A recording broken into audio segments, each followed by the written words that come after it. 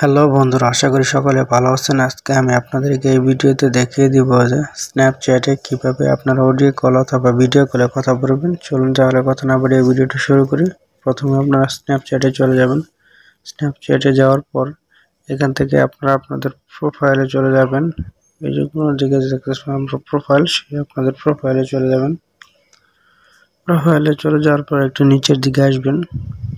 নিচের দিকে আসার পর এখানে একটা অপশন দেখতে পাবেন যে মাই ফ্রেন্ড নামে যে অপশনটা আছে সেখানে আপনারা ক্লিক করে দেবেন।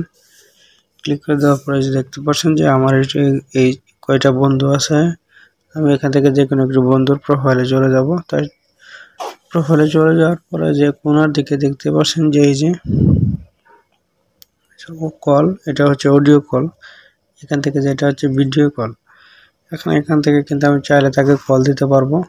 দেখুন কলে চাপ দেওয়ার সাথে সাথে এই দেখুন এখানে কিন্তু তার এখানে কল হচ্ছে, এই দেখতে পাচ্ছেন। এখানে কিন্তু আপনারা চাইলে তার সাথে কিন্তু কথা বলতে পারবেন, সে যদি লাইনে থাকে।